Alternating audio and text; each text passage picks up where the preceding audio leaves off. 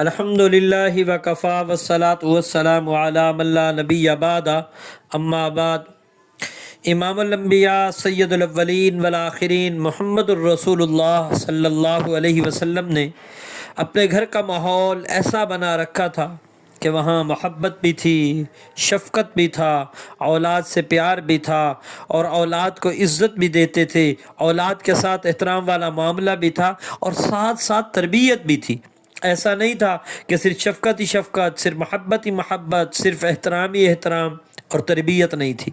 ایسا بھی نہیں تھا کہ صرف تربیت ہی تربیت تھی، محبت بھی نہیں، شفقت بھی نہیں، احترام اور عزت والا معاملہ بھی، ایسا نہیں تھا۔ اللہ کے نبی صلی اللہ علیہ وسلم نے گھر کا ماحول ایسا بنا رکھا تھا کہ وہاں پر شفقت بھی تھی، محبت بھی، پیار بھی، عزت بھی، احترام بھی نہایت درجے کا تھا، اور تربیت بھی ساتھ ساتھ تھی، تربیت بھی اسی درجے کی تھی۔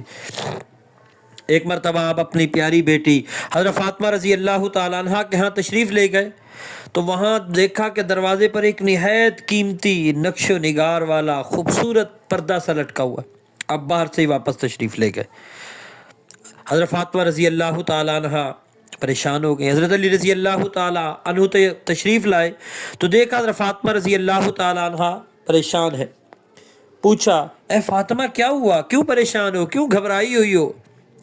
تو انہوں نے حضرت فاطمہ رضی اللہ تعالی عنہا نے فرمایا، اے علی، آج ابا جان آئے تھے اور باری بار سے واپس چلے گئے، کیونکہ پریشان اس وجہ سے ہو گئی تھی کہ کبھی ایسا نہیں ہوا اللہ کے نبی اپنی بیٹی کے ہاں تشریف لائے ہوں پھر اندر نہ لائے ہوں، حال احوال نہ پوچھا اور واپس ہی باہر سے تشریف لے گئے ہوں۔ حضرت علی رضی اللہ تعالی عنہ اللہ کے نبی صلی اللہ علیہ وسلم کی خدمت میں حاضر ہوئے۔ عرض کیا، یا رسول اللہ صلی اللہ علیہ وسلم، آج آپ اپنی بیٹی کے ہاں تشریف لائے اور وہاں واپس اندر نہیں داخل ہوئے، باہر ہی سے واپس ہو گئے، فاطمہ اس وجہ سے پریشان بیٹھی ہیں، خیریت تھی؟ کیوں آپ ناراض ہوئے؟ کیا ناراضگی کا سبب بنا؟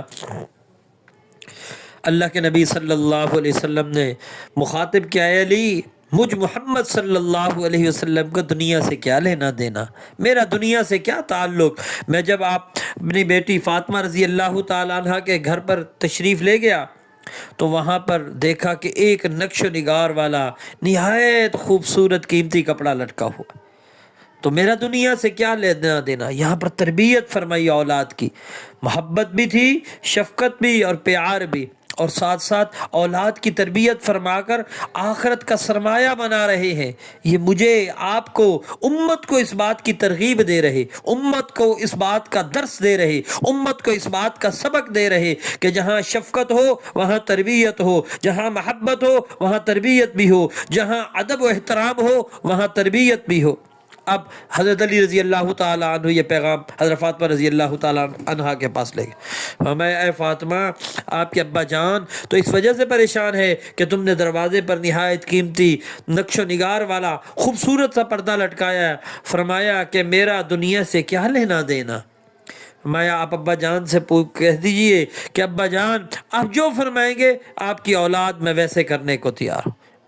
قربان جائیں، اولاد بھی کیسی کہ ہر حکم پر جان نشاور کرنے والی، کہ اولاد کی تربیت اس نہج پر کی تھی، جب بھی اللہ کا، اللہ کے رسول کا حکم آیا اولاد نے اپنے آپ کو پیش کیا، اولاد نے اپنے آپ کو پیش کر کے دکھایا، قربانی کر کے دکھائی۔